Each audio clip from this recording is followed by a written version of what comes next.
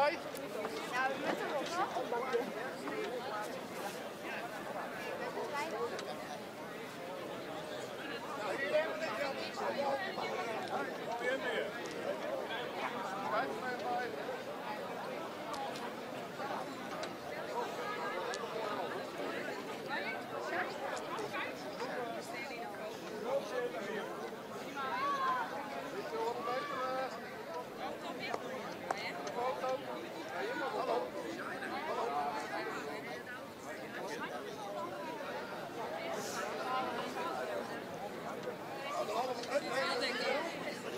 Welkom, waarom?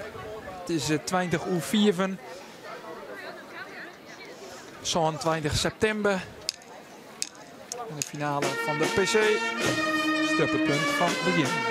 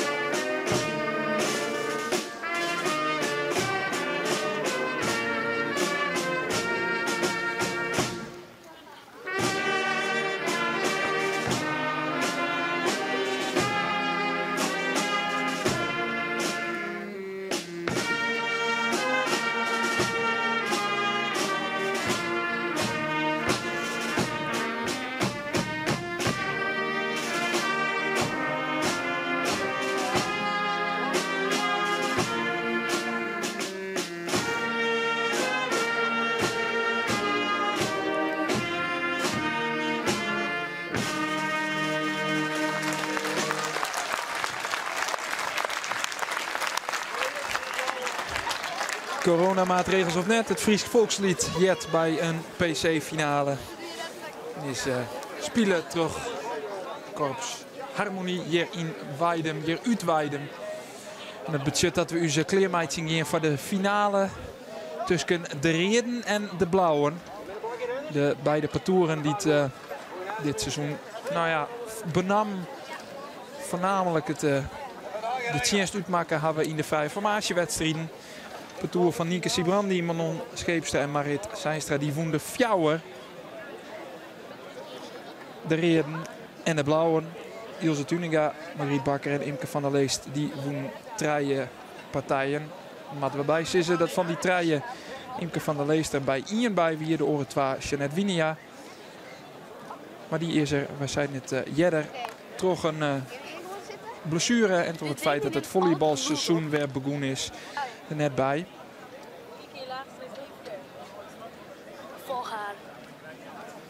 En ik denk Fenna Seinstra, co-commentator en 3 vorig PC-winnares, dat dit de finale is dat de meesten op hopen hier. Ja, absoluut. Het is ook altijd heus leuk als er een verrassing is op de dag, maar ja. Met een verrassing is het vaak ergens stopt dat weer. Hè? Dan kunnen ze dat toch niet de hele dag volhouden. En dan is dit wel het mooist. En ja, ik ben ook gewoon heel nieuwsgierig. Er zit echt wel wat lading op deze partij hoor. Vanuit Ilse, die wil wel wat laten zien.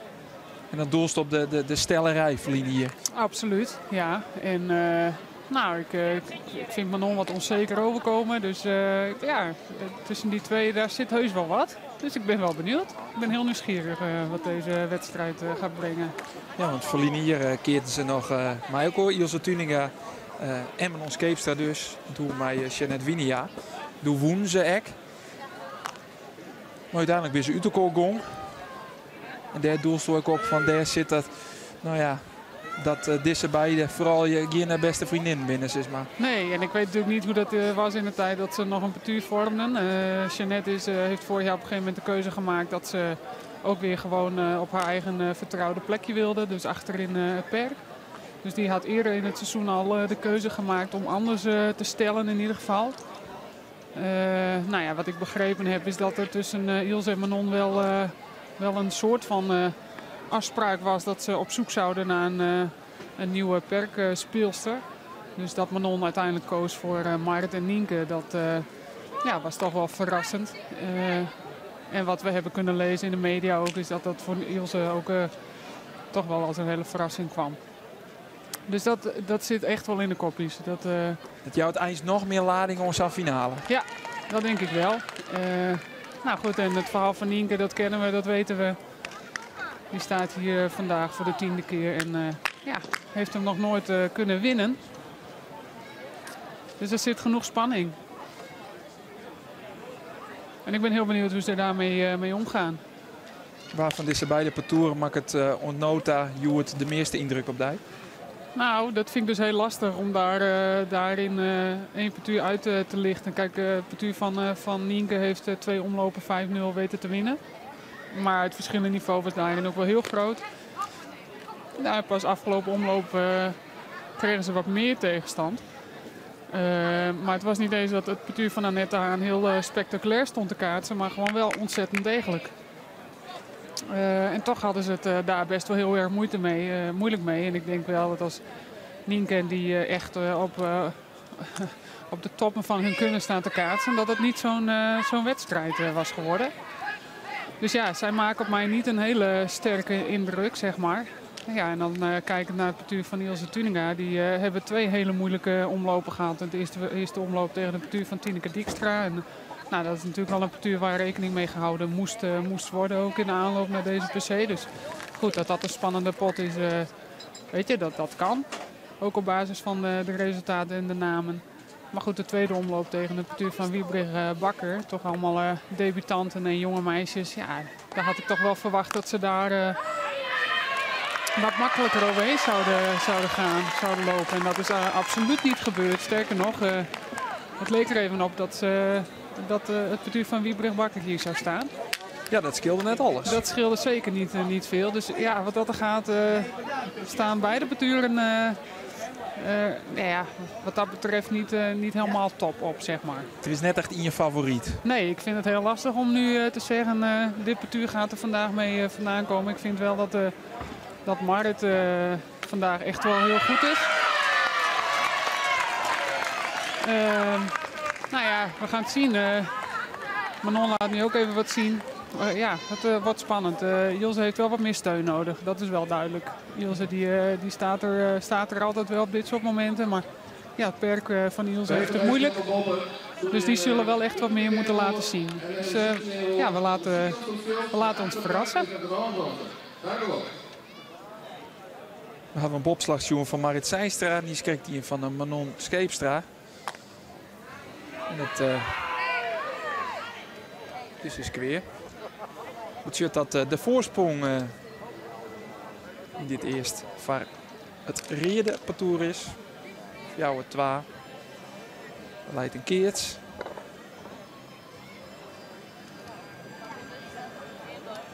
Nou ja, van Jumke is het natuurlijk een cadeautje om hier te staan. Die was in principe voor het seizoen gestopt.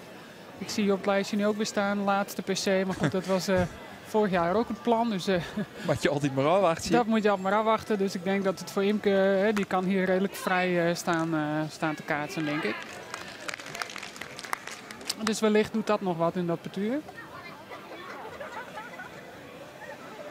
Het is ze dan ik nedergaan, want nou ja, was het correct excited. En wat wij ook constateren, wie dat benam het perk bij dat parcours net roemsen als het rennen moest. Nee. Nou krijgen ze wel wat andere ballen, denk ik. Zowel Manon als Nienke hebben natuurlijk wel wat meer snelheid in de ballen. En ik denk dat zowel Imke als Margrieta wel, dat wel prettiger vinden. Maar goed, Nienke kan ook de hoge bal achterin goed geven. Dus ik ben ook benieuwd waar Nienke mee gaat komen zometeen. Er leidt een keertje te hichten van de opslagline. Dat zal de reden zijn dat Manon Scheepstra deze bal opslaat, denk ik.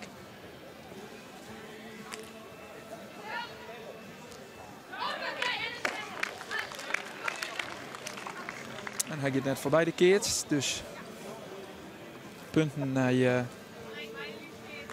het reerde parcours.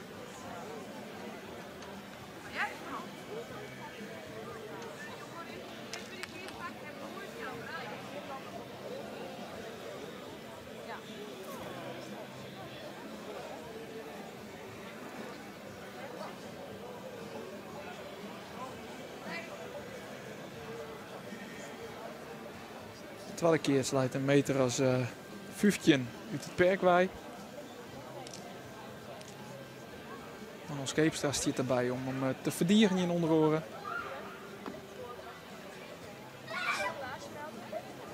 Als de opslag komt van Nienke Sibrandi.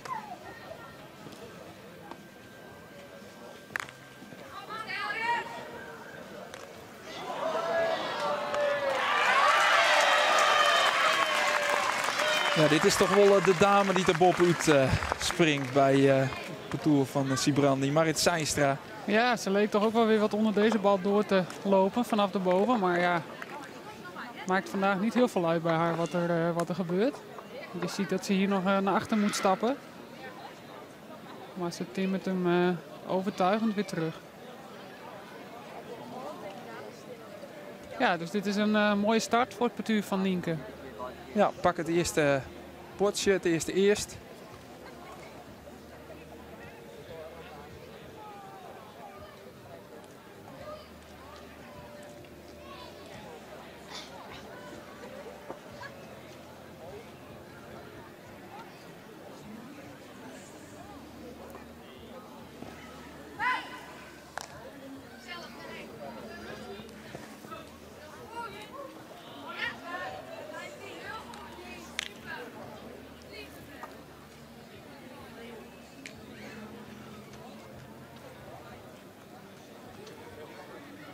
Tot het psychologisch echt nog wat dat de laatste twee vrije formatiewedstrijden dat beide vooral in komen moesten in de eerste omloop al. Dat die beide keer een woon waren door het bedoel van Ilse Tuninga. Doet dat nog wat?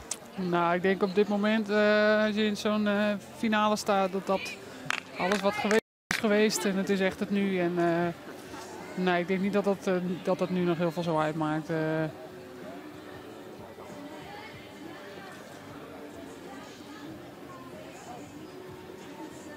Ja, tuurlijk. Het bestuur van Ilse Tuninga weet dat ze goed bezig zijn. Anderzijds, ja, je staat op 0 en het alleen vandaag telt. Want zo simpel is het ook. Hè. Als je op de PC succesvol bent, dan nou ja, doet het, de rest van het seizoen doet er niet echt meer toe, zeg maar. Het is een mooi cliché, maar het is een wedstrijd op zich. Ja, dat denk ik wel. Wat ik wel eens gezegd, de generale, die moet je eigenlijk niet winnen, want dan win je de PC zelf niet. En ja, goed. Het is ook zo vaak bewezen dat ook degene die de generale wint de woensdag gewoon kan winnen. Nou is het een zondag, maar in ieder geval, ja, dat wordt een beetje de wereld ingebracht, hè, maar daar moet je niet te veel aan vasthouden, denk ik.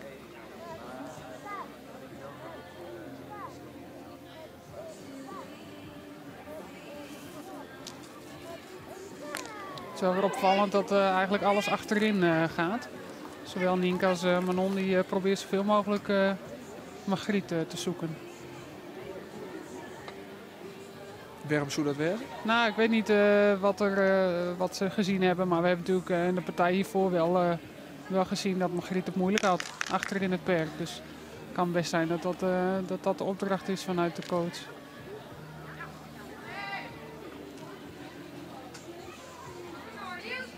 Wie kijkt hoe dat Nienke Sibrandi graag de PC winnen wil. Dit geldt ook voor Margriet Bakker natuurlijk. Het hem ik nog nooit won. Stietje voor de 10e keer.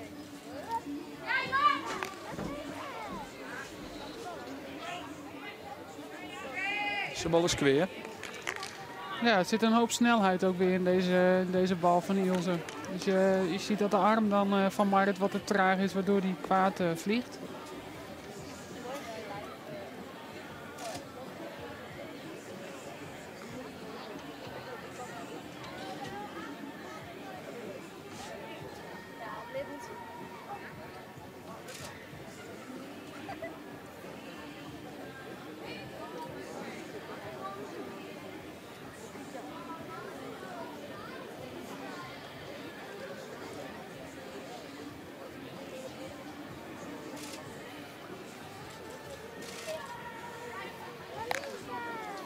Een bal met je Marit Seinstra net Jan.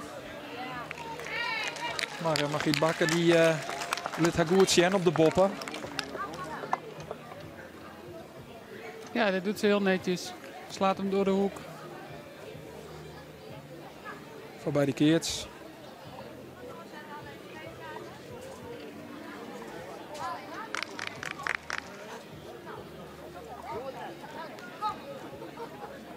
Ja, deze bal is onhoudbaar voor Nienke.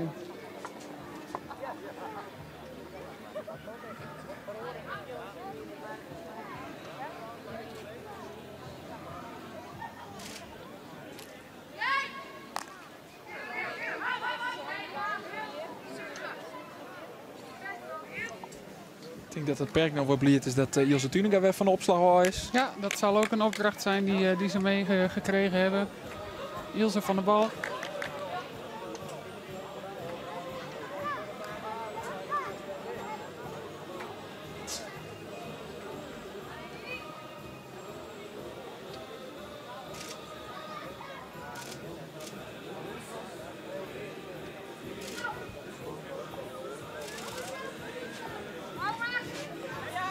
Die valt erachter.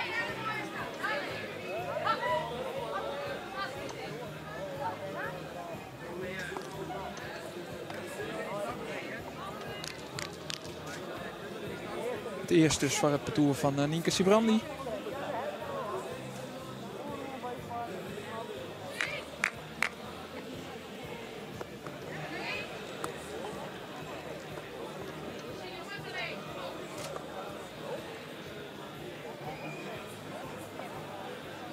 Imke van der Leest.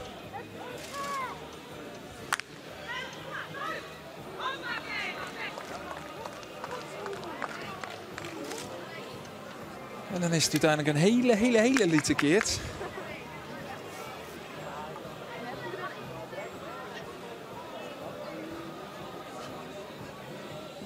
Je ziet dat Manon moet springen, zeg maar, om nog goed bij die bal te kunnen.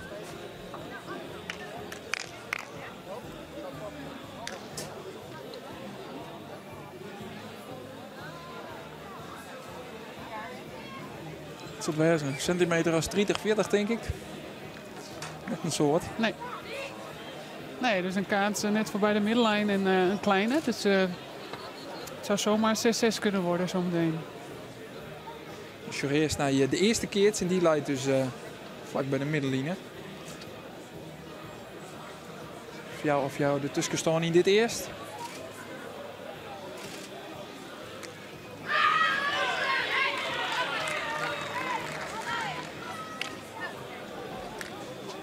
En dan wordt het zij is jou, hoor.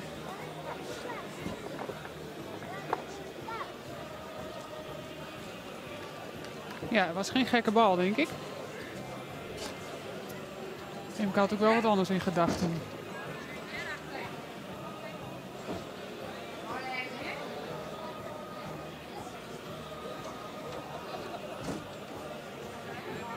Hoe hast mij Imke keert? Toen ze nou gespannen wezen voor deze finale? Nou, ik denk dat je altijd wel spanning hebt, gezonde spanning. Hè? En dus of je nou 20 of 30 bent, want Imke die is denk ik 34 ondertussen.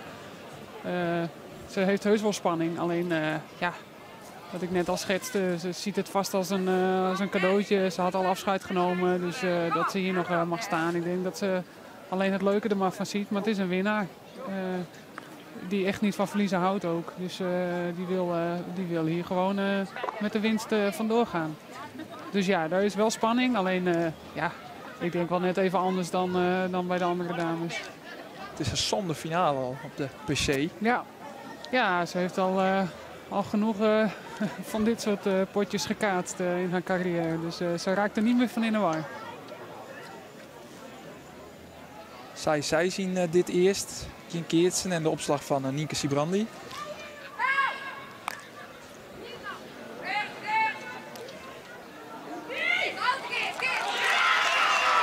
En dit doet ze heel goed. Nienke Sibrandi. Die tijdens in die tweede instantie Margriet Bakker kanslid. Ja, weet je, als ik naar deze bal kijk ook. Het is echt geen gekke bal voor Margriet, maar ja. Eigenlijk wat we de hele dag al wel wat zien, het is het net niet. Als zij echt in goede vorm is, dan durf ik wel te stellen dat deze bal over de bovenlijn gaat. Ja, dat lukt haar nu niet. En ik denk ook wel dat dat de intentie was, hè, als je kijkt naar hoe ze hem verwerkt. Maar goed, Nienke die is fel en die slaat hem zo terug dat Margriet er ook niet meer een kaats van kan maken. Dus dat voelt voor Nienke natuurlijk wel lekker op zo'n stand.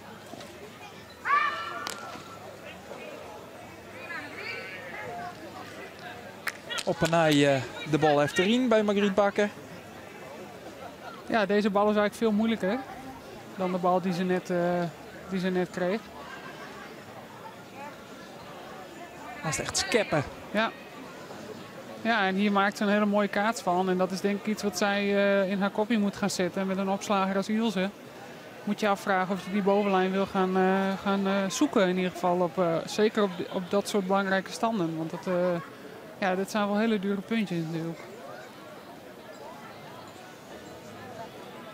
Ja, dat binnen van die zaken dat je het functioneren van je eigen parcours, dat je misschien iets oors naar Sjem had. Dat je denkt, oké, Ilse Tuninga, dat is toch uw grootste kwaliteit. Dat we die zo vol mogelijk gewoon de opslag brengen, Matte. Ja, zeker met een kaats rondom de middellijn. Ilse redt zich daar vaak wel mee. Dus dat kan dan wel een keuze zijn. En zeker op die belangrijke stand. Ja, nu zie je toch dat ze voor de directe winst wil gaan. Dat ze hem boven probeert te slaan. Ja, en dat lukt niet. En dan ben je ook gelijk, is je kans ook weg.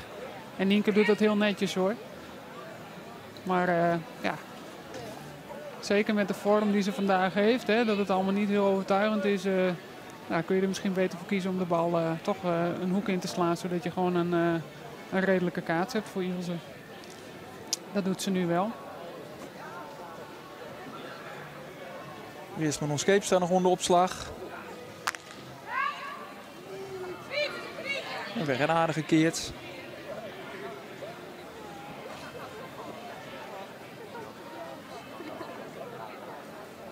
Dat we nou 2 keertsen hebben en dus wissel je. En Ilse Tuninga die nou onder de opslag komt. Bij de keertsen niet rond de middenlijnen. Hij is tussen de middenlijnen en de opslaglijnen inlezen.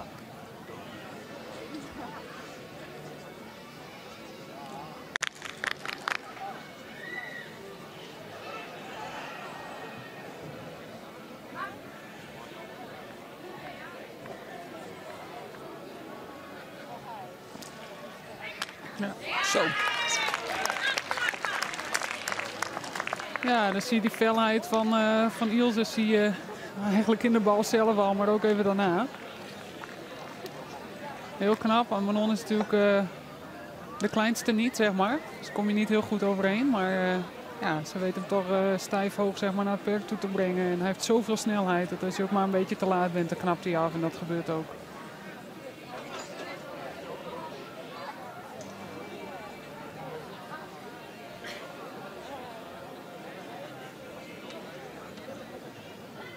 Wat een keert, die leidt het in de opslaglijnen aan.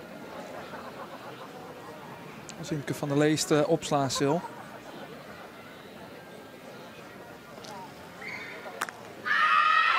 Maar perfect in de wand van Manon Scheepstra. De bal oer de boppen slaat. Je sjugge de ontlading dan ik weer. Ja, waar die bal van Ilse net wat te hoog was, zie je dat deze gewoon op hoogte is. En dat zijn ballen die moet je Manon niet geven. Daar weet ze wel raad mee.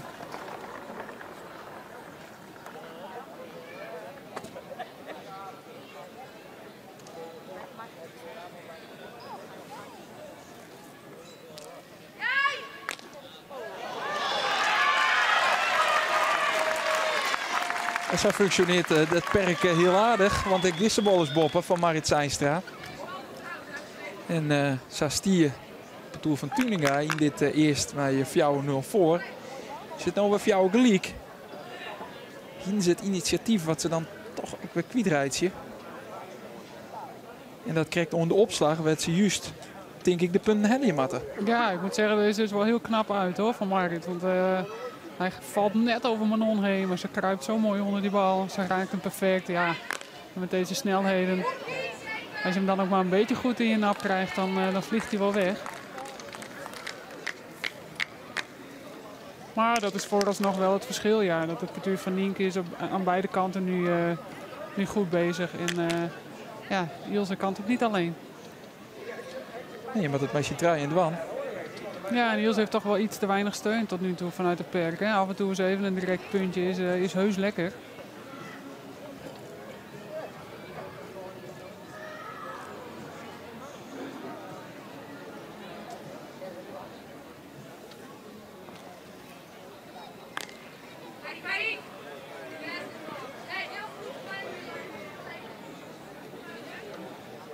Zal is dat twee behoorlijke keertsen. De ene leidt een paar meter voor de boppen.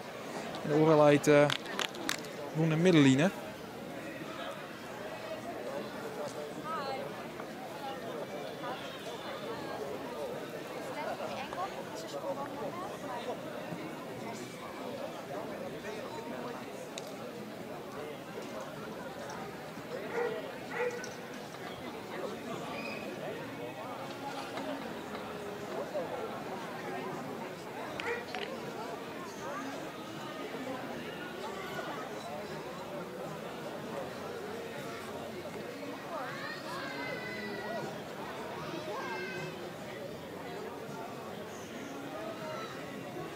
Eerst naar de dikste keerts, de eerste keerts, die leidt krijgt van de boppen.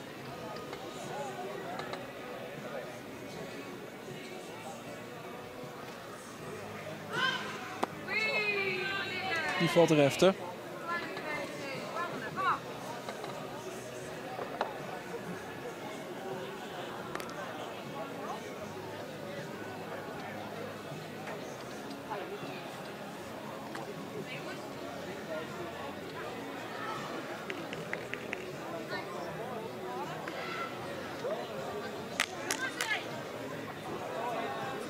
Tuninga pept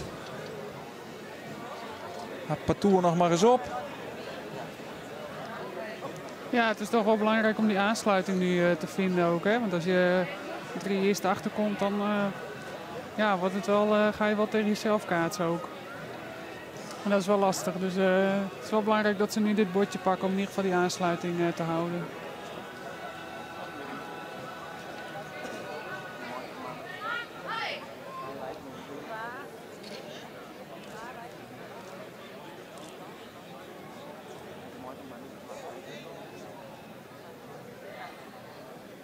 De keerts leidt dus bij de middenlijnen. En die gaat er net voorbij. Nou, je ziet dat Imke en Margriet zijn gewisseld in het perk. Imke achterin, Margriet voorin. Op die manier proberen ze toch wat meer grip te krijgen, denk ik.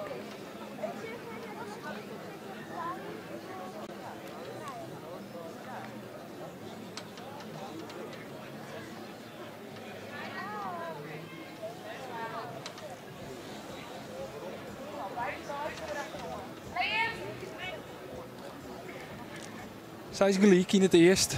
En Nienke Sibrandi aan de opslag.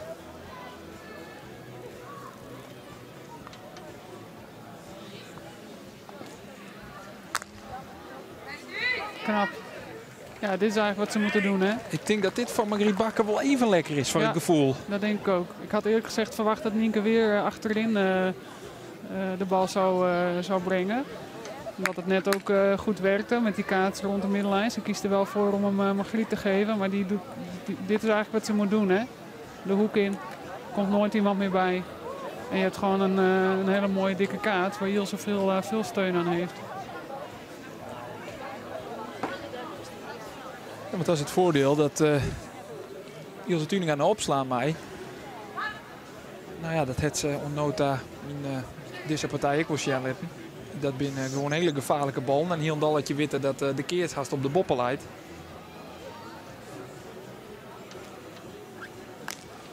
Die gaat er net voorbij. Ja, je ziet ook wel een beetje opluchting bij Ilse na deze bal.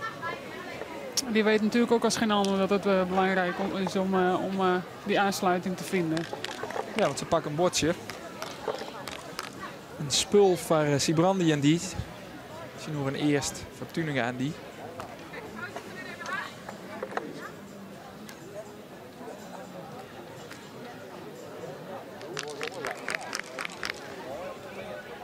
Ja, ze wisselen toch wel veel in het perk, ook weer bij Manon. Hè? Net zag je dat ze weer andersom stonden. Manon achterin, nu gaat Manon weer voorin. Dus ja, daarin hebben ze nog niet echt een vaste opstelling gevonden.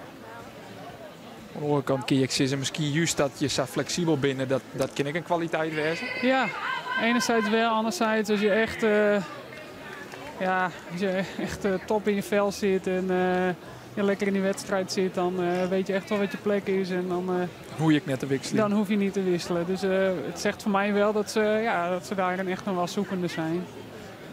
En dat bleek natuurlijk de vorige omloop ook wel.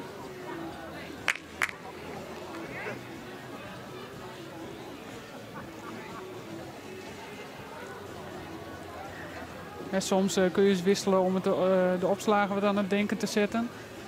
Maar het gebeurt hier nu wel wat vaker. Die valt binnen net als mij. Nee, Boeten. Ja.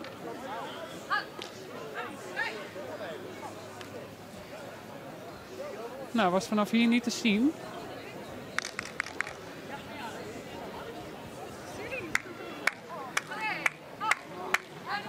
Dat wie de helling even zien, dat we daar wie ze van willen.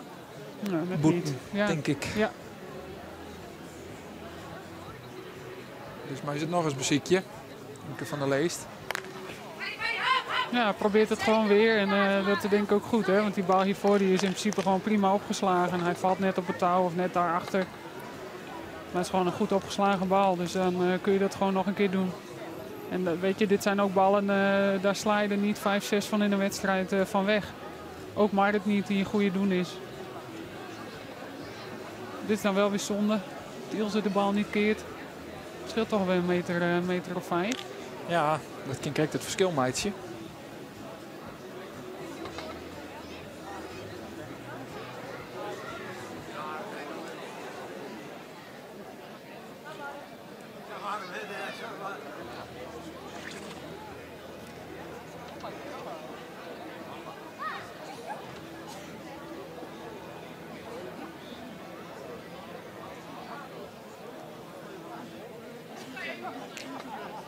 Nou, soms is het deze keerts wat we voorbij kennen. Keerts leidt 4 meter uit het perk bij.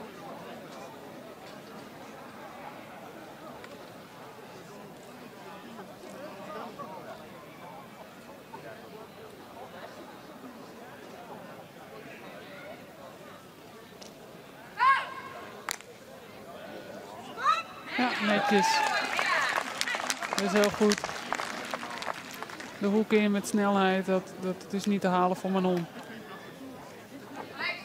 Margriet Bakker liekt het wat te groeien in de finale. Ja, ze heeft een aantal lekkere slagen op rij. Dus dat is wel belangrijk.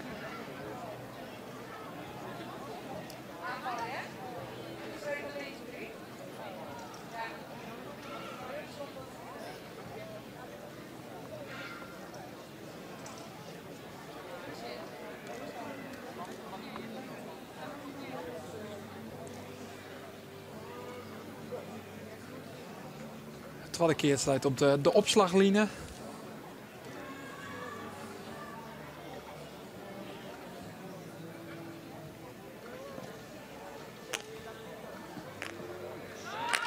Er is een Manon attent.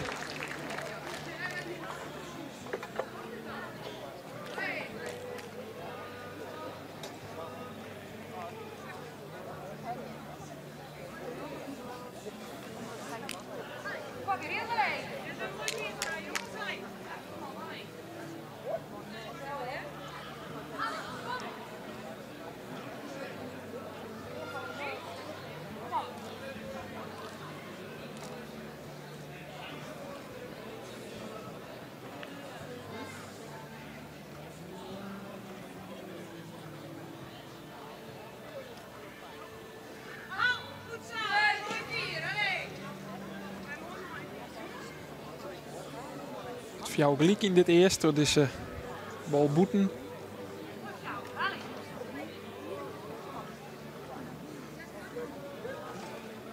Speel nog op weg, denk ik dat we concluderen kunnen. Ja, zeker. Het geeft nog niet echt een richting, zeg maar. Het kan nog alle kanten op.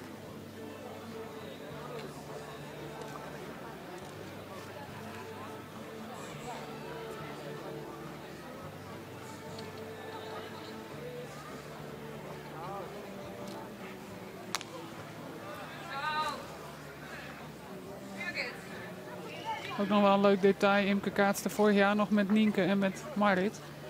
Staat nou aan de andere kant. Ja. Je nou niet in het tegenstanders. Ja.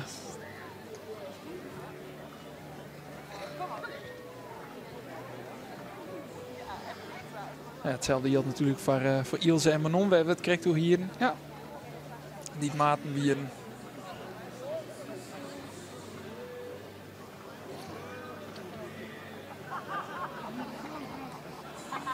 Om te keren verliezen hier de PC woen. Maar is je net winnen, ja.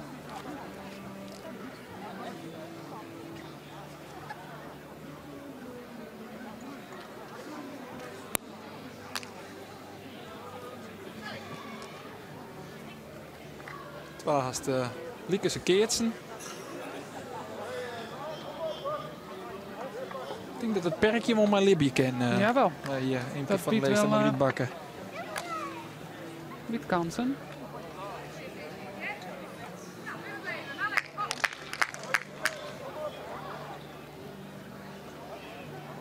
De voorsprong nog wel altijd voor het parcours van Nienke Sibrandi.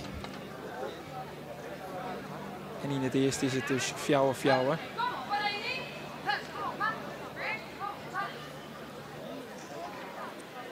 Eerste kaats verdedigt Ilse. Ja, dit is Ilse, hè? Hele goede opslag. Ja. Alles of niks. Wat kun je daar als perkje aan? Nou ja, we hadden het net nog even over Manon, die toch wel heel vroeg ook voor het perk stond te slaan op een gegeven moment in de vorige omlopen. Er kwam ook al wel wat reactie op. Ja, dat doet ze in dit geval, deed ze dat niet. Wachten ze iets langer, maar goed, dat is uiteindelijk wel wat je zou kunnen doen. Hè? Dus wat perk nemen en sneller naar voren lopen en de bal dus ook voor het perk slaan. Volgens mij is het zo dat op het moment dat de bal uit de hand is van de opslager, dat je voor het perk mag slaan. Ja, of je moet heel kort in het perk gaan staan, hè, zodat je Ilse laat zien dat ze geen ruimte heeft. Nu wachten ze iets langer en ja, met de snelheden van Ilse dan heb je geen kans meer om daaronder te komen. Je laatste doel is het, denk ik. Ja, dit is wel een lucky shot van Marit, want deze bal raakt natuurlijk helemaal niet goed. Hij schiet naar rechts en Imke is niet snel genoeg om deze bal voor de kaats te keren. Dus 6-6. Wordt het een spulgeliek of wordt het draai om in? Ja. Het is dat laatste, het wordt het draai om in. Wie weet dat Manon heel gauw uit het perk wie, hè? Ja, ze kiest er nou voor om inderdaad snel naar die voorlijn te lopen. Maar deze bal was ook wel iets hoger dan die we net van Ilse zagen. Maar je ziet het goed, ze staat voor het perk staat ze te slaan. Dus die keuze maakt zij nu. En in dit geval pakt de goed uit. Ja. Ja, ik moet zeggen, ik zie wel een andere Manon nu dan in de eerdere omlopen. Ze lijkt wel iets zekerder te zijn.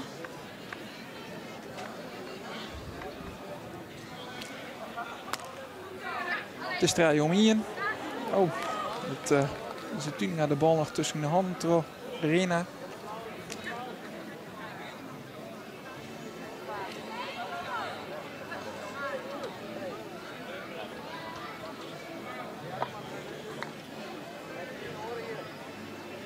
En werd wie het vorige eerst concludeerde dat het perk met Imke van der Leest en Mariet Bakker, nou ja, er werd wat beter inlieken te komen. Maar het is het eerst toch uiteindelijk voor Janus dit het wel draai om in.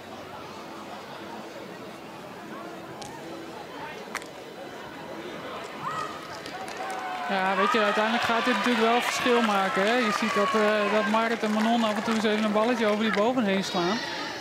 Ja, dat is toch lekker. Dat geeft een fijn gevoel. En het zijn sowieso directe punten. Die tellen altijd dubbel. Het doet wat. En dat mist het partuur van Ilse Tuninga natuurlijk wel wat. We zien daar weinig tot geen bovenslagen vanuit dat perk. Af en toe is even een eentje, dat is echt wel belangrijk. Maakt de opslager ook onzeker. Gaat nadenken.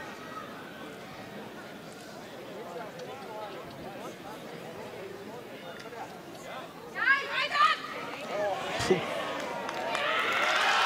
Oh.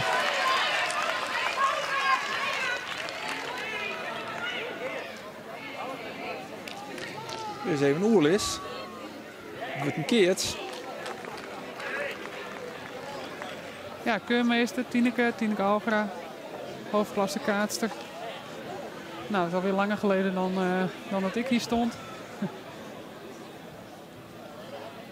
Ik vind dat Marit Seinstra dit toch ook weer heel goed doet. Ja, dit is heel knap. Hetzelfde Ja. voor Margriet Bakker die er goed op die het bij is. Ja, de vraag is wel of dit mag. Ik snap wel dat Nienke even in opstand komt. Want het is officieel wel zo dat wanneer je de bovenlijn raakt op het moment dat je de bal slaat, zeg maar, dat hij dan boven is. En het lijkt wel alsof ze hier in ieder geval op de lijn staat. Dus ik snap wel dat Nienke even vraagt hoe het zit. Maar er wordt toch besloten om er een kaats van te maken. Ja, je ziet dat het partuur van Nienke, en met name het perk van Nienke, Manon en Marit nu wel even voor wat vuurwerk zorgt.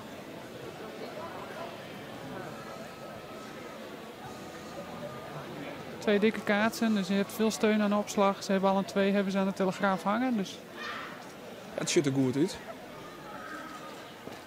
Voor dat parcours. Ik denk wel dat Manon Scheep je deze bal binnenslaat. Dat is een mooie zitbal.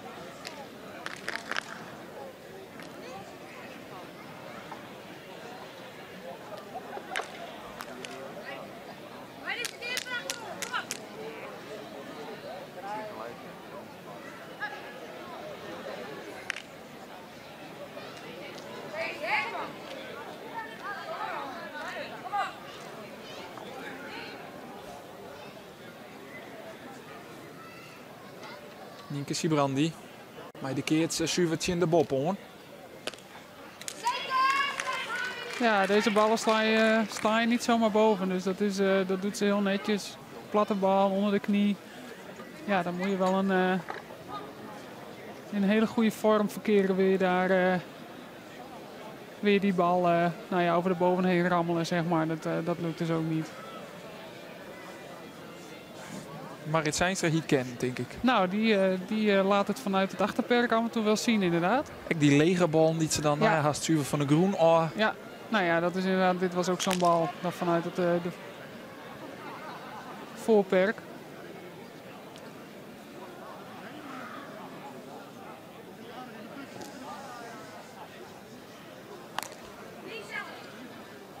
Hier wordt weer bewust Margriet Bakker zocht. Ja, daar lijkt het toch wel op. Nou, een klein gelukje. Er staat wel wat meer in, denk ik, van Nienke in het tussenspel.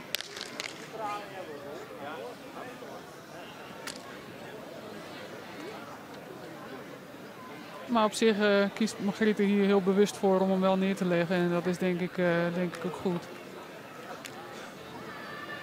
Maar ja, 6 niks.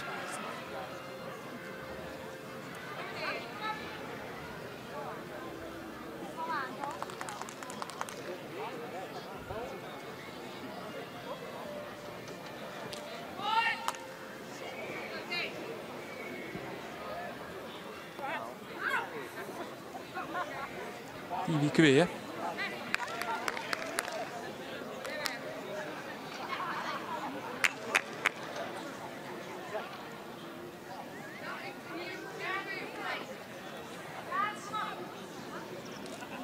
Het scheelt net alles. Nee, dat scheelt zeker niet veel. Ik denk wel dat Ilse nu iets moet veranderen in haar opslag. Of hij moet platter of iets hoger. Maar deze ballen zijn voor Manon eigenlijk net wel wat te mooi.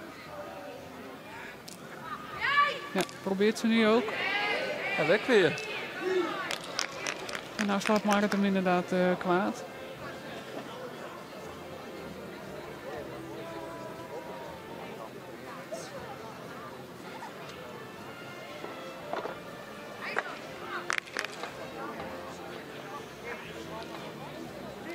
Nienke Sibrandi die het even het hele veld oerstekt in de sprint.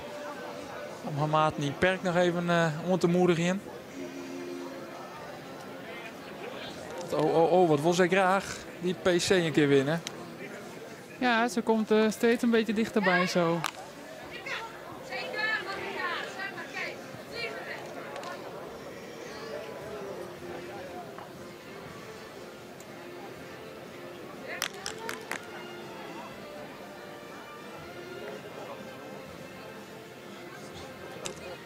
Imke van Leest die hier kreeg net bij kan. Dan leidt die bal 20 meter verder in de keerts dus.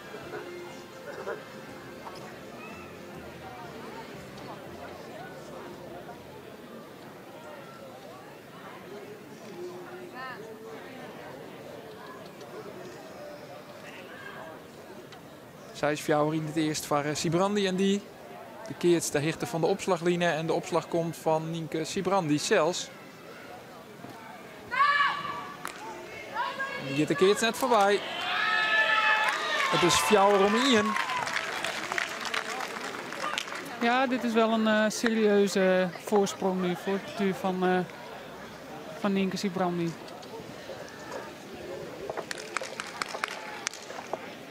Beste mensen, we hebben een telefoontje gekregen.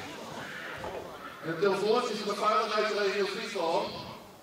En die is op de niet verkeerd scheren, maar die niet net van het publiek dat er nog een wappers is. Dus dringend verzoek om oorlogmeter op te halen. En het publiek wat er zit, alsjeblieft hier zitten aan de zijkant en aan de achterkant van het park is de hand ronden. En ik wil dat het publiek op bank zit hier om in elkaar zetten te gaan, want dat is dan niet. Dus net wijfel dan je minstens nou actie ondernemen.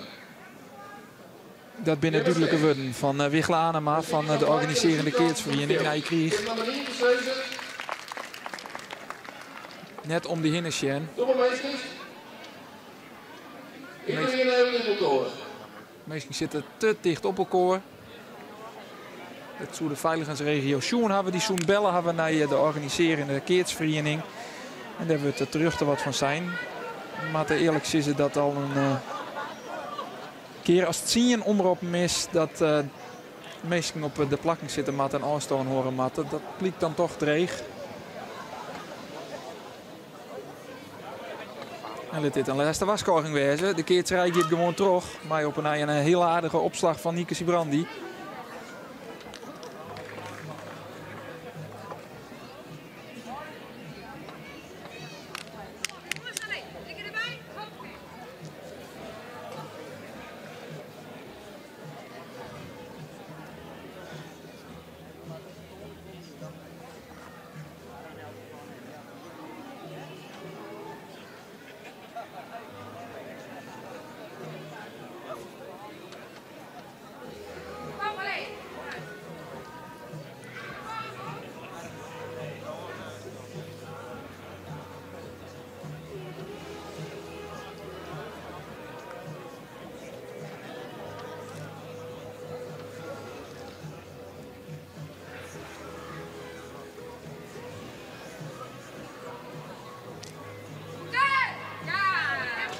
Die valt er niet jonken.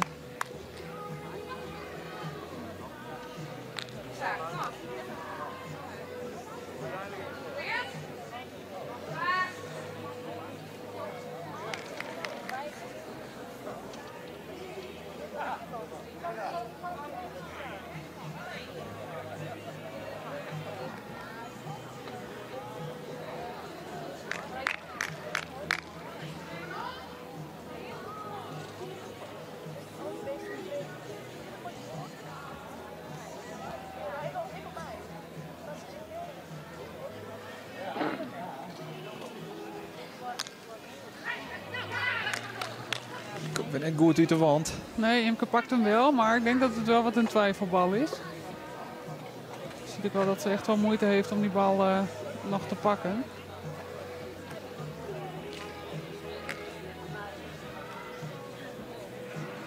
Ik denk dat Margriet Bakker er wel op rekenen hier dat zij hem pakken moest. Ja.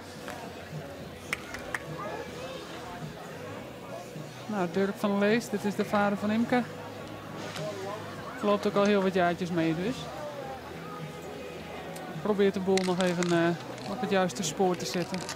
Zo een gouden tip, ha? Wat had Kessel voor broeken?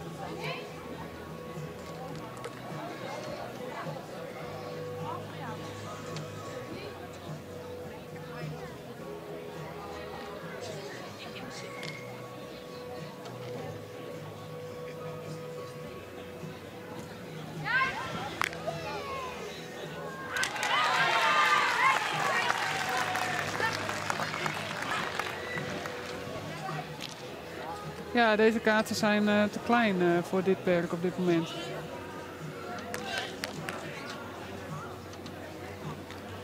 Ja, het perk dat maakt het wel het verschil denk ik in deze finale ontnota. Waar het perk van de blauwen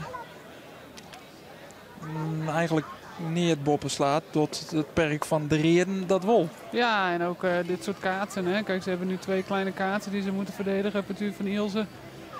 Ja, partuur van Nienke is goed op slag, zeg maar. Dus, en dit zijn prima opgeslagen ballen, maar met deze kleine kaatsen heb je eigenlijk geen kans. Ze leggen ze weg en...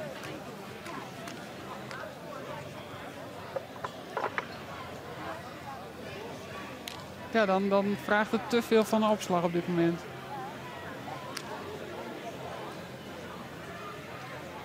En daarin helpt Ilse Tuninga haar niveau vol. Ja, maar die loopt al de hele dag. Moet hij eigenlijk wat extra's doen. Hè? Dus dat is moeilijk. Dat houdt wel een keertje op, zeg maar. Je hebt uiteraard wel steun van je perk ook nodig. En wat ik net al schetste, het is natuurlijk wel een tactiek, zeker op de belangrijke standen, om een kaats te leggen, zodat Ilse het kan afmaken. Maar daartussen is het wel heel fijn als er af en toe eens even een puntje gescoord wordt. Zodat niet alles op schouders van Ilse komt te liggen. En dat is eigenlijk wel wat er nu een beetje aan de hand is. Nienke heeft het daarin toch wel wat makkelijker. Manon en Marit slaan af en toe eens een balletje weg. Ze creëren wat dikkere kaatsen. Ja, dat kaatst gewoon veel vrijer en veel makkelijker.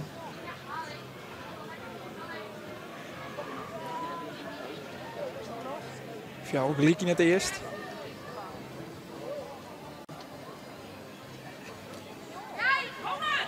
Die volboeten.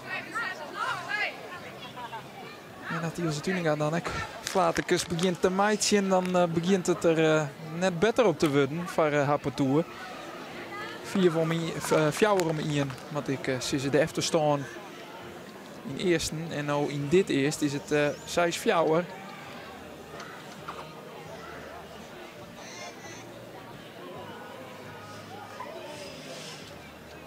Ja, het gaat nu toch wel snel. We hebben even dat moment gehad op 2-0, zeg maar. Dat het partuur van Nienke 2 eerste voor stond. Dat we zeiden het is belangrijk dat ze nu de aansluiting vinden. En dat vonden ze met die 2 om 1. Alleen daar is tot nu toe ook wel bij gebleven.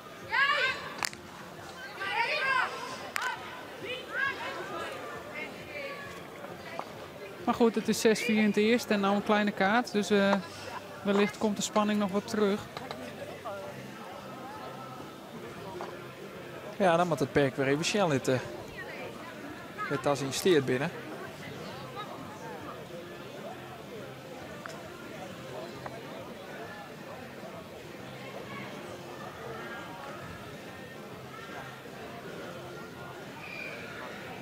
De rol is met coach Peter Tolsma.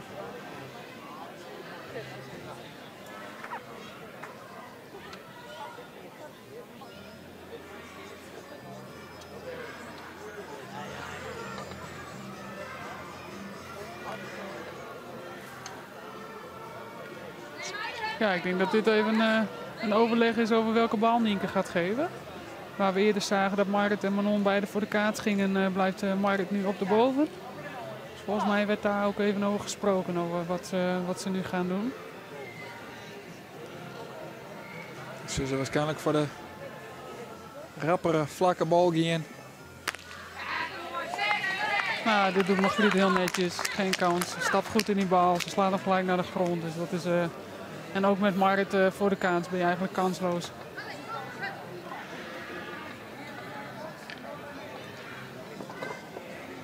En dan denk ik dat we nu wel op een cruciaal punt in de wedstrijd komen. Ja, denk ik ook. Als het 5 om 1 wordt voor het partuur van Nienke, dan durf ik wel te stellen dat het snel voorbij is.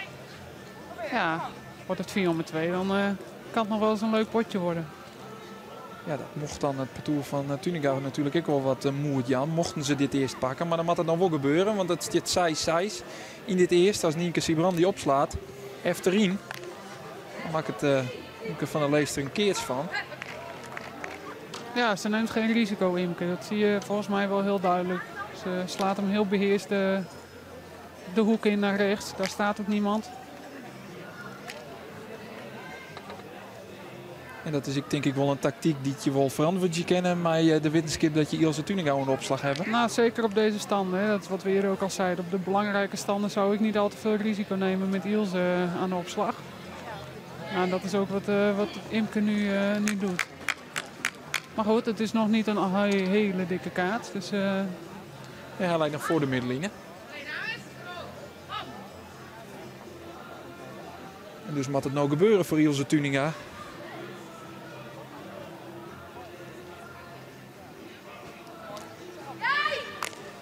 ja. En dan pakt ze hem. En dan hebben we nog altijd een partij. Ja, ja leuk. Voor jou om het 12 wordt het.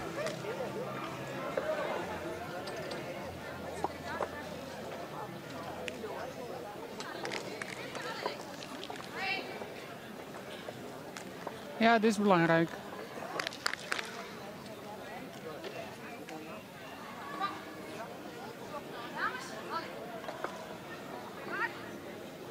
Mooi om te zien. De heid van Imke Meijlibbert. Ja, hij is natuurlijk jarenlang als coach actief ook binnen het kaatsen. Zowel bij de mannen als bij de dames. En bij de dames natuurlijk altijd wel betrokken bij het bestuur waar Imke ook in gezeten heeft. Maar inderdaad vaak die coachrol wel op zich genomen. En dat doet hij nu inderdaad ook weer.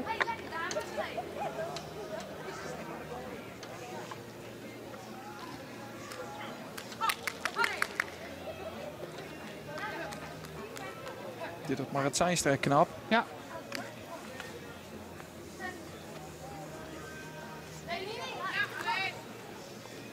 Waard al een keer twadden, waard al een keer treden.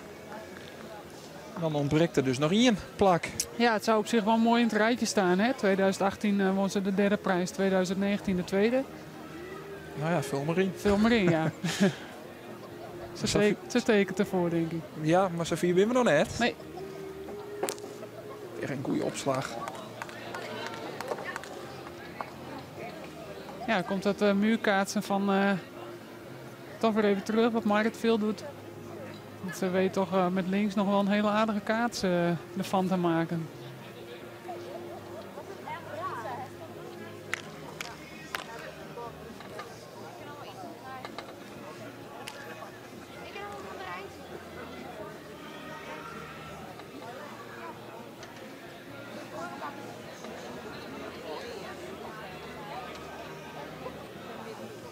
Dan wordt er aan beide kanten even vergaderen. Hier maar de coach. Ja, ook weer overleg. Met name bij die kleine kaarten hebben ze dat. Wat gaan ze doen? 1 voor, 1 achter of beide voor de kaart.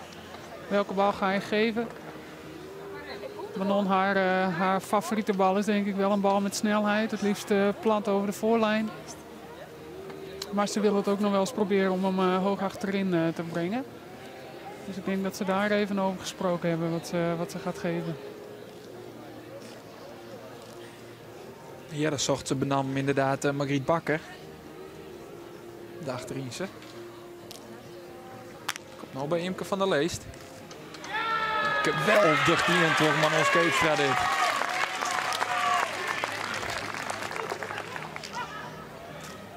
Ja, Imke had hem iets meer naar de hoek. Had ze best wel kansen voor volgens mij om een de hoek in te slaan. Iets te veel gericht op die bovenlijn. En ja, die kans hoef je Manon niet te geven.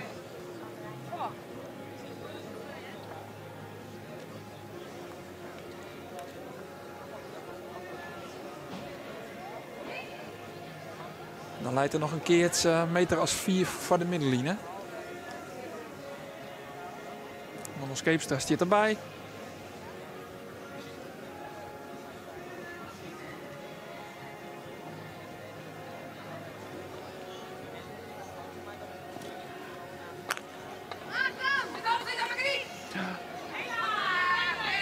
Ja, met snelheid door de hoek. En dan komt Marit nog wel in de buurt, maar deze is zelfs voor haar niet te retourneren.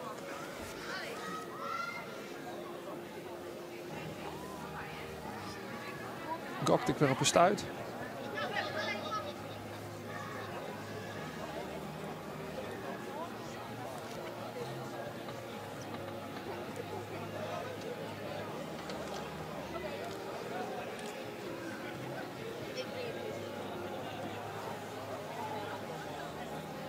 Het was gelijk in dit eerst.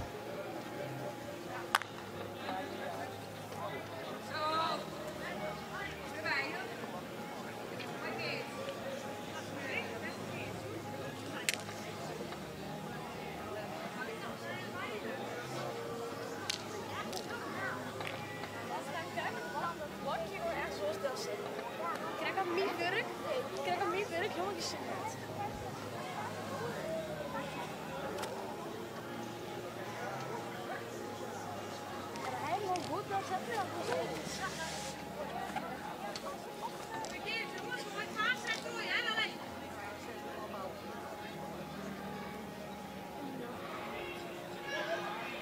Het is toch een bijzonder gezicht. Moet je zeggen, meestal het koud hebben erachter. Daar zit ik maar een dikke sjaal om. Ja, nou en dat mag ook wel, want je voelt echt dat het kouder wordt. Het is natuurlijk ook wel wat donkerder al, dus ja, het is toch wel in alle opzichten een bijzondere dag zo.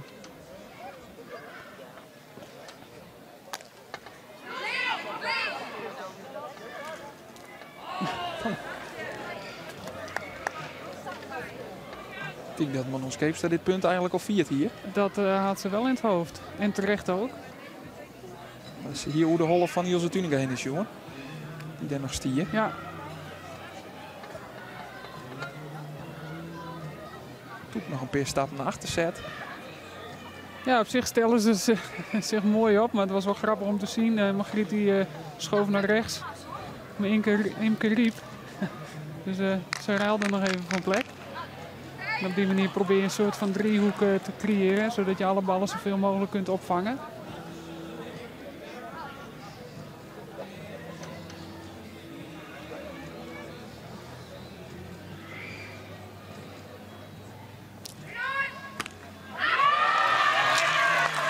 Ja, die wordt wel even geraakt even. En dit is een voorbeeld waarom je zegt dat er wel een oren Manon Scheepstra op het veld zit als Bigelix in de hele finale. Het is echt zelfs verzekerd is hoe de boppen in het timmert.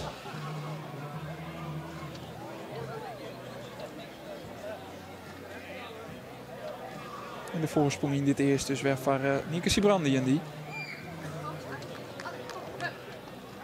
Maar er lijkt nog een keertje.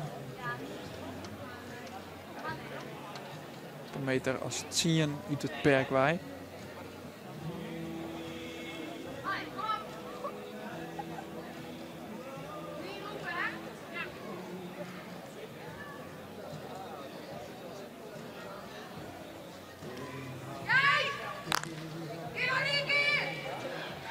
Ja, deze bal had ze in één keer moeten pakken.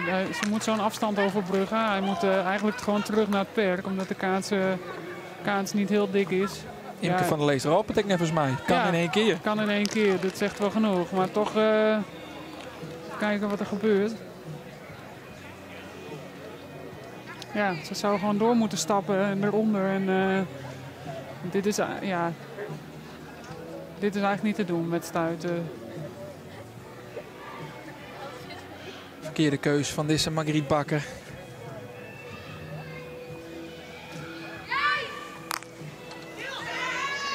Nou, bij deze heeft ze geen keus. En dit kind er dan ik nog wel bij. Ja. Rekt het hem volslijn verkeerd. Door de bal het retourneerd wordt, maar hoe de boppen flint. En dan wordt het 4 voor 2. En dan begint het er nou heel goed uit te zien voor Nienke Sibrandi, Manon Scheepstra en Marit Seinstra.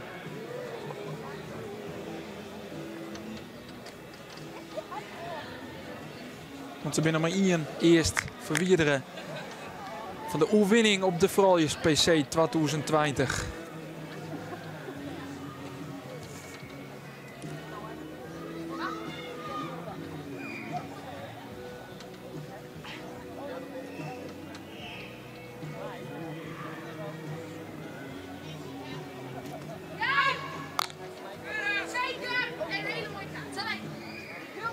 Manon Scheepstra is tevreden, maar de keers die het Marit Seinstra leidt.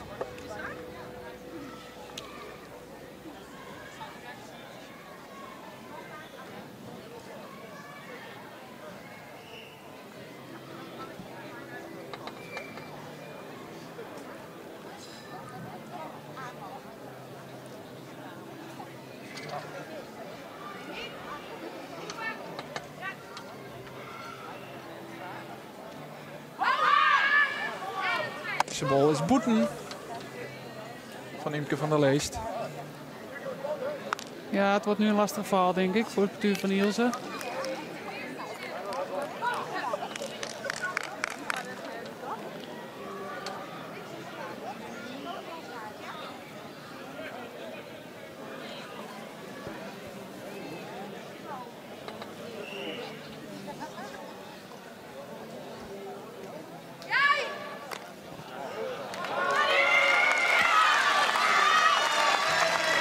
Nou ja, vast even vooruitkijkend. Dan ben ik heel benieuwd wat de Koningcommissie gaat doen zometeen. Ervan uitgaande dat ze dit wel gaan afmaken.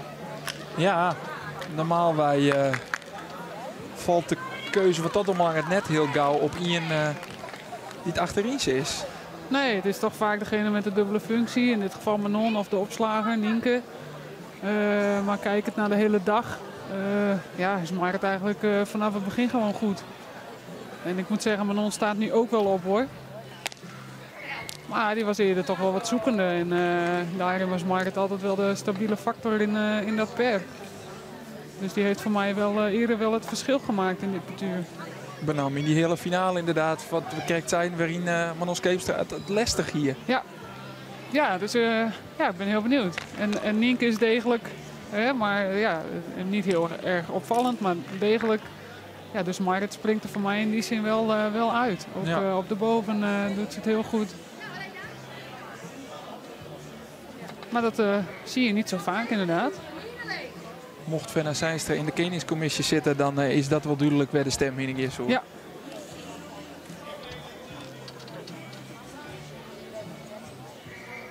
Vier voor Mien, 4-0 voor het parcours van Inke Sibrandi. En dan zit dat parcours nou op het drompel van de PC-overwinning. Want het wordt 6 neert.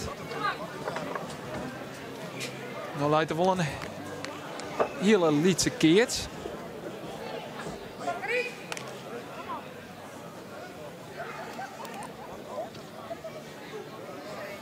Maar Manon Skeepstra die had de bal in de hand. Gaat op voor haar zegde PC-overwinning.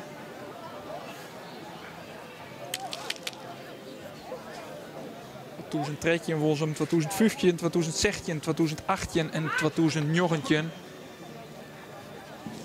En misschien dat 2020 daar ook bij komt.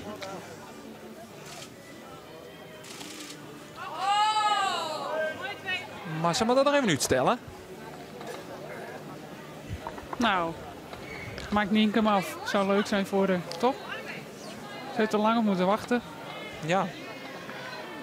Dan maakt jij er al de vergelijking met Tjersa Steenstra bij de Malia. Die het heel bot in een PC-overwinning ons zit te hikken. Nou ja, datzelfde geldt voor Nienke Sibrandi. Ze doet voor de 10e keer mee. Maar 2 keer tweede en 3 keer derde. We kunnen dezelfde parallel look als met Marit Seinstra. 2018 derde, 2019 tweede. En dan komen ze grut dat er in 2020 een eentje efter haar naam komt.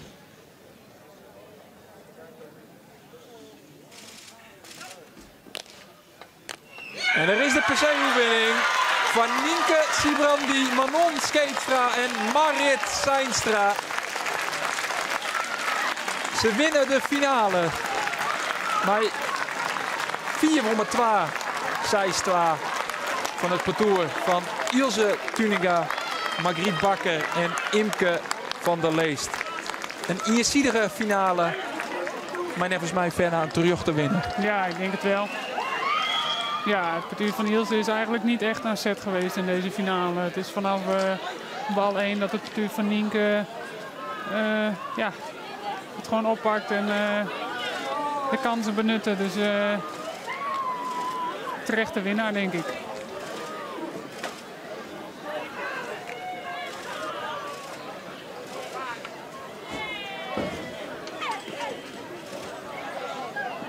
En de lokwezen van Manon Skeepstra van de Vreun, Daniel Isever. Het feest bij de Reden.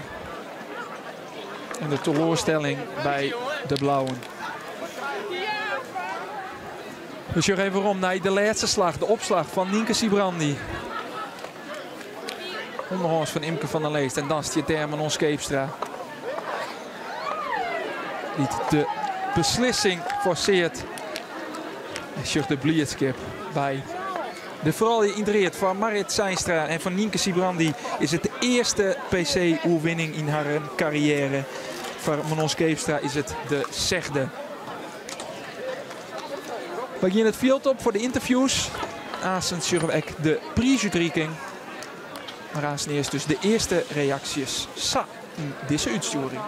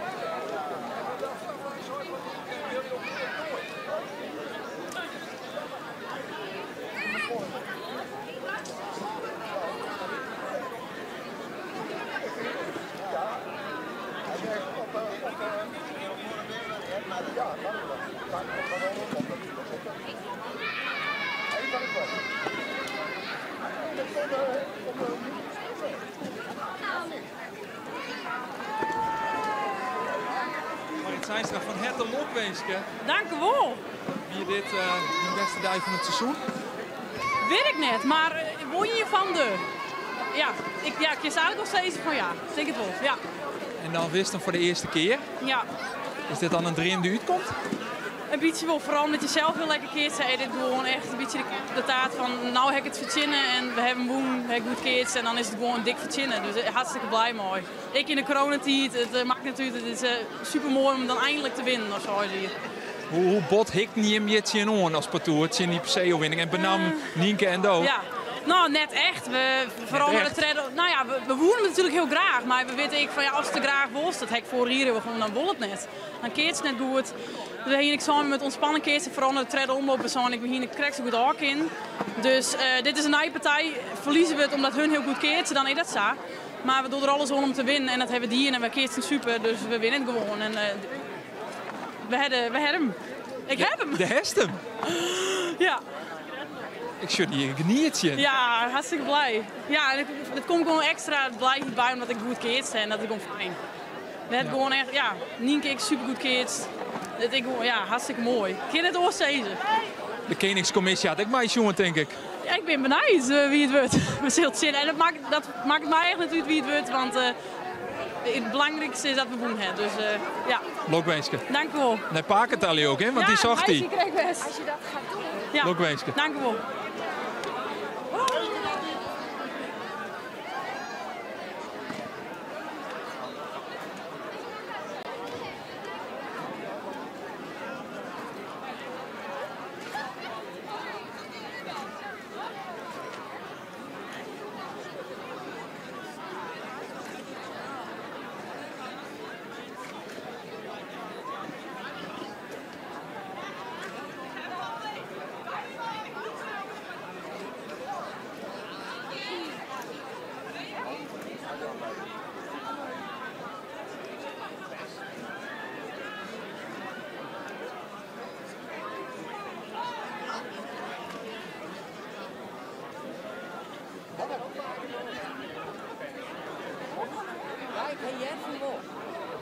Lokwenske, man. Ja, dankjewel. In de microfoon, Manon. Bij de microfoon. Test. Ja. Ja. Kom aan, Manon, zet bij. de Lokwenske, de zegde oerwinning voor de zegde Ja. PC-oerwinning. En toch emoties. Hoe kan dat? Dat is toch altijd zo. Ja, het is gewoon mooi om te winnen. Mooi voor die meiden dat ze winnen. En, nou, dit is gewoon mooi, dit is gewoon leuk. Ik ben gewoon heel blij, een beetje ontlading, want ik heb nou niet echt heel lekker gekaatst zelf. Dus dan zit ik mezelf ook een beetje op te vreten tijdens die partij. Nou, ik wil zo graag voor Nienke en Marit, want ik gun het hun ook zo. Dat ze dan winnen en ze verdienen het ook zo om te winnen. En ze hebben het nu ook gewoon zelf echt heel goed gedaan. Ze hebben mij meegenomen vandaag. En dus daar ben ik gewoon heel blij mee.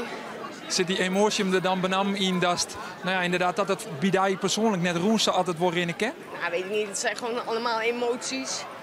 Spanning en ja, weet ik veel. Spanning, blijdschap.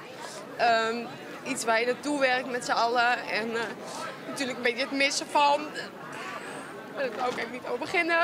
Nee, nou, Het is gewoon van alles en ik ben gewoon heel blij. En ja, misschien ook een beetje het balen dat ik zelf niet goed kaats. Dan wil je het te graag. Maar ja, ik bedoel, we hebben gewonnen, dus wat maakt het uit? Ja.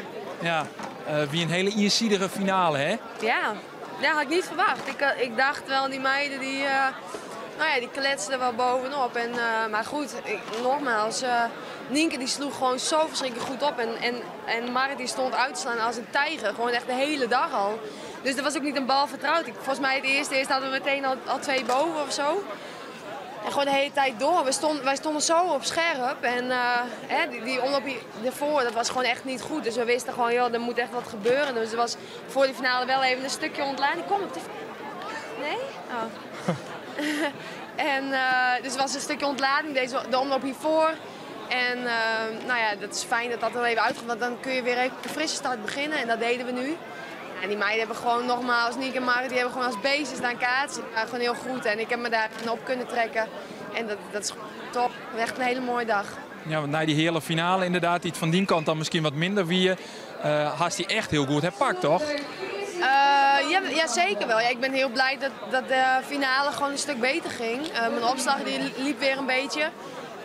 En het perk raakt. Kijk, ik krijg natuurlijk ook niet zoveel ballen de hele dag door. Dus ik krijg ook niet echt de kans om in mijn rol te komen. En normaal heb ik daar niet zoveel last van. Maar blijkbaar had ik dat vandaag wel even wat meer nodig.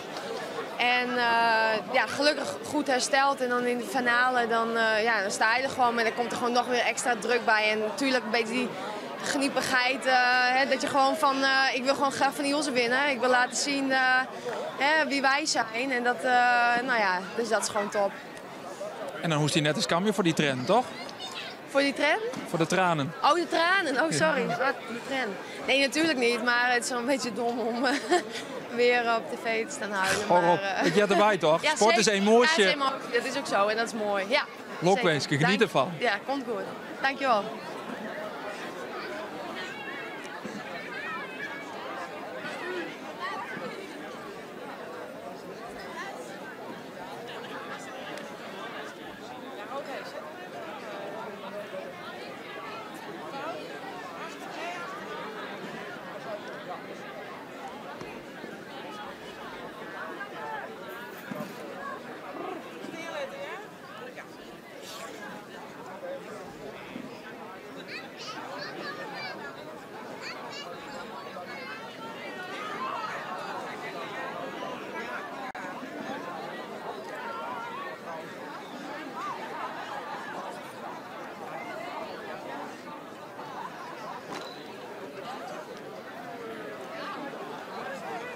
Dit wie de 44ste PC vanuit Weidum. Het wie een oren PC als oren hier een PC in coronatijd.